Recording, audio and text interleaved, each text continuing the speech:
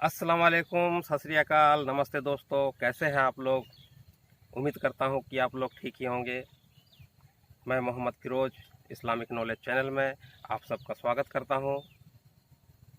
फिर से आपके खिदमत में हाजिर हुआ है एक वीडियो लेकर के, जो काफ़ी रोमांचक होने वाला है और काफ़ी नॉलेज मिलेगा आप लोगों को। तो वीडियो शुरू करने से पहले जो लोग मेरे चैनल में नए हैं, बराए मेहरबानी मेरे चैनल को सब्सक्राइब कर लें और बेल आइकन को प्रेस करके लाइक कर दें और ज़्यादा से ज़्यादा शेयर कर दें। तो चलते हैं आगे वीडियो की तरफ। इस टॉपिक के कंक्लूजन तक पहुंचने के लिए कम से कम एक बार पूरी वीडियो जरूर देखिए, चाहे आप किसी भी धर्म से बिलोंग करते हो। आज आप जानेंगे कि आपका धर्म किस नंबर पर आता है। इस दौर में आपका वक्त कितना कीमती है मैं समझ सकता हूँ, इसलिए मैंने हर एक पॉइंट को बहुत ही शॉर्ट में एक्सप्लेन करने की कोशिश की है। दोस्तों, दुनिया को और इंसानों को देखकर ताज्जुब होता है। इससे भी ज्यादा ताज्जुब ये देखकर होता है कि एक ही जैसे दिखने वाले इंसान अलग अलग धर्म और संप्रदाय में कैसे बटा हुआ है। दुनिया के इन अलग अलग कम्युनिटीज की मानसिकता को देखकर ऐसा प्रतीत होता है मानो लोग अलग अलग फैक्ट्री से प्रोड्यूस हुए अलग अलग प्रोडक्ट हैं, जबकि हकीकतन ये देखने को मिलता है कि हर इंसान के बॉडी की पूरी स्ट्रक्चर एक समान होता है। यहाँ तक कि लोगों के रगों में जो खून दौड़ता है उसके रंग और प्रॉपर्टी में भी कोई फर्क नहीं होता। इससे ये पता चलता है कि एक ही जैसे दिखने वाले दुनिया के सभी लोगों की शुरुआत किसी एक ही पॉइंट से हुई है। वो पॉइंट क्या है, ये सभी धर्मों में लगभग एक ही व्याख्या मिलती है। भले ही लैंग्वेज के एतबार से लोग अलग अलग नाम से जानते हों। जैसे इस्लाम धर्म में आदम का जिक्र आता है, वहीं ईसाई और यहूदी धर्म में इसी का बदला हुआ नाम एडम और सनातन यानी हिंदू धर्म में मनु के नाम से जाना जाता है। यहाँ नाम भले ही बदला हुआ हो, लेकिन सबका मतलब एक ही है। इस रिजल्ट से ये क्लियर हो जाता है कि पूरी इंसानियत को किसी एक ही क्रिएटर ने बनाया है। आप खुद सोचिए, अगर कई क्रिएटर ने बनाया होता तो हर इंसान की बनावट एक दूसरे से अलग होती। जैसे किसी का आंख की जगह मुंह होता, कान की जगह नाक होता, या किसी के पेट की जगह ब्रेन होता, या किसी के ब्रेन की जगह पेट होता। मतलब पूरे बॉडी की स्ट्रक्चर एक दूसरे से डिफरेंट होती। चलिए अब बात करते हैं सबसे पुराने धर्म की, कि शुरुआती दौर में कौन सा धर्म हुआ करता था। उससे पहले हम ये जानते हैं कि इंसान को आखिर धर्म की जरूरत क्यों है। इससे ये पता चलेगा कि वास्तव में किसी भी धर्म की हकीकत क्या है।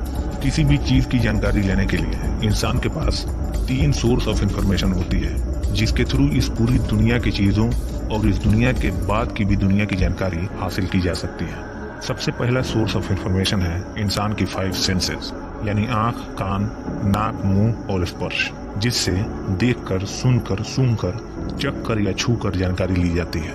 ऐसे ही हमारा दूसरा सोर्स ऑफ इंफॉर्मेशन है हमारी रीजनिंग, जिससे हम अपना दिमाग का इस्तेमाल करके जानकारी हासिल करते हैं। लेकिन इन दोनों सोर्सेज का एक लिमिट है।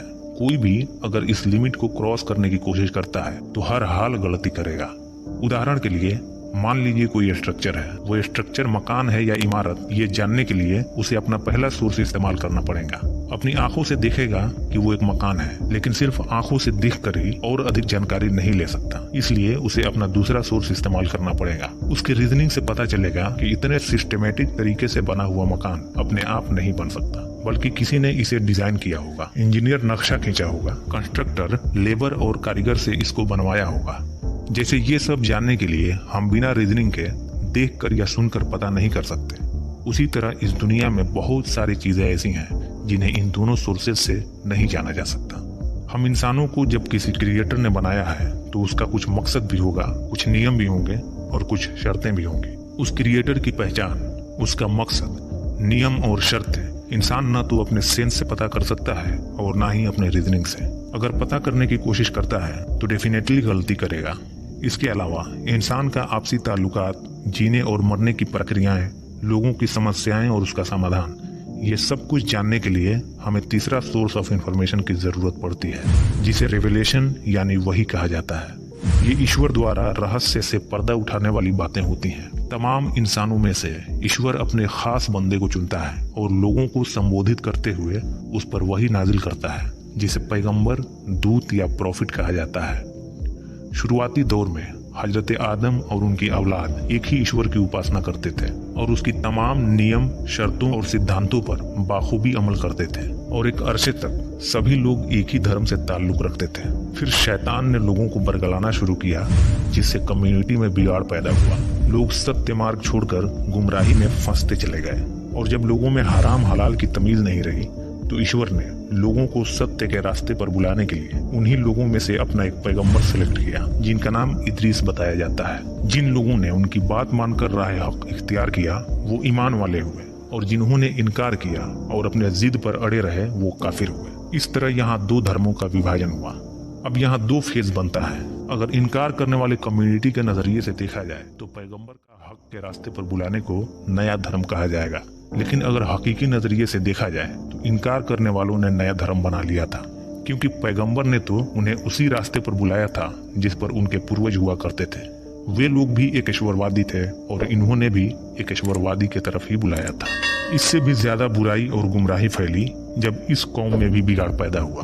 तब ईश्वर ने इनकी इस्लाह के लिए हजरत नूह को एज ए पैगंबर मुंतखब किया। तब तक लोग इतने बिगड़ चुके थे कि उनका इनकार भी किया और उनको झुठलाया भी, क्योंकि तब तक वो लोग बुतपरस्ती में लीन हो चुके थे। अपने संतों और बुजुर्गों का पुतला बनाकर उनकी पूजा करने लगे थे। 950 सालों में सिर्फ 80 लोग ईमान लाए। तब उनके अमाल और उनके झुठलाने के सबब कुदरत ने तूफान के जरिए उन सब को हलाक कर दिया और नूह और ईमान वालों को नूह की कश्ती के जरिए बचा लिया। इसका जिक्र हर धर्म में अलग अलग नाम से आता है। इस्लाम में नूह की कश्ती के नाम से जाना जाता है, हिंदुइज्म में मनु का नौका और क्रिश्चियनिटी और जेविश में नुआज आर्क के नाम से जिक्र मिलता है। तब तक दुनिया की जितनी आबादी थी सब नष्ट हो गई। कश्ती में जो लोग सवार थे उन्हीं की नस्लों से आज दुनिया की पूरी आबादी फैली हुई है। वो कौम जो ईश्वर के साथ शिर्क और पैगंबर का इनकार करती थी वो सब वहीं खत्म हो गए, लेकिन अगले कौम में बिगाड़ और गुमराहियों का सिलसिला खत्म नहीं हुआ।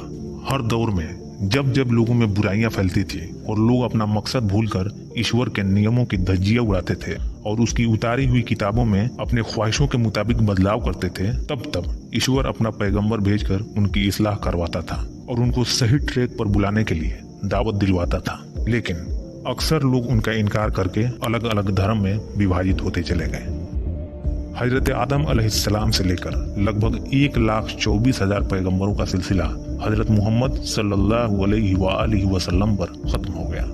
अल्लाह यानी ईश्वर का फरमान है कि अब कोई पैगंबर नहीं आएंगे, अब डायरेक्ट कयामत आएगी। अब हम नहीं बताएंगे कि सबसे प्राचीन धर्म कौन है।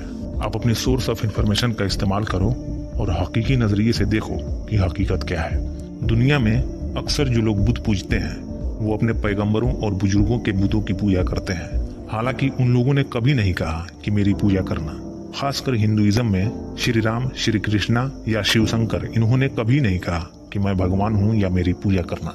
यहाँ तक कि वेदों में तो बुत पूजा की अवहेलना की गई है और इसका सबूत मिलता है कि ईश्वर एक है। चारों वेदों में 20,000 से ज्यादा मंत्रों में से कोई ऐसा मंत्र नहीं है जो कई खुदाओं और मूर्ति पूजा का पक्षधर हो। ऋग्वेद पुस्तक 8 अध्याय 1 का पहला श्लोक है, माँ चिदम्याद्वी शंतता, अर्थात किसी की भी पूजा मत करो सिवाय उसके, वही सत्य है और उसकी पूजा एकांत में करो। यजुर्वेद अध्याय 40 का 9वां श्लोक है, अंधात्मा प्रविशन्ते ये असंभूति मुपस्ते, अर्थात वे लोग अंधकार में हैं और गुनहगार हैं जो प्राकृतिक वस्तुओं को पूजते हैं। प्राकृतिक वस्तुएं जैसे सूरज, चांद, जमीन, पेड़, जानवर वगैरह। श्लोक में आगे लिखा है, वे लोग और भी ज्यादा गुनहगार और अंधकार में हैं जिन्होंने सांसारिक वस्तुओं को पूजा। सांसारिक वस्तुएं जैसे जिन्हें इंसान खुद बनाता है, जैसे टेबल, मेज, चित्र, पत्थर की मूर्ति या मिट्टी की मूर्ति वगैरह वगैरह। एकेश्वरवाद और बहुदेववाद में अंतर और स्पष्टीकरण हर धार्मिक किताबों में डिटेल्स में लिखी हुई है, लेकिन अक्सर लोग नहीं जानते। अगर किसी को मेरी बातों से इत्तेफाक न हो तो उसे चाहिए कि वो सारी धार्मिक किताबों का अध्ययन करे और अपने सेंस और रीजनिंग से हकीकत की तलाश करे। नसीहत हासिल करने वालों के लिए किताबें भरी पड़ी हैं।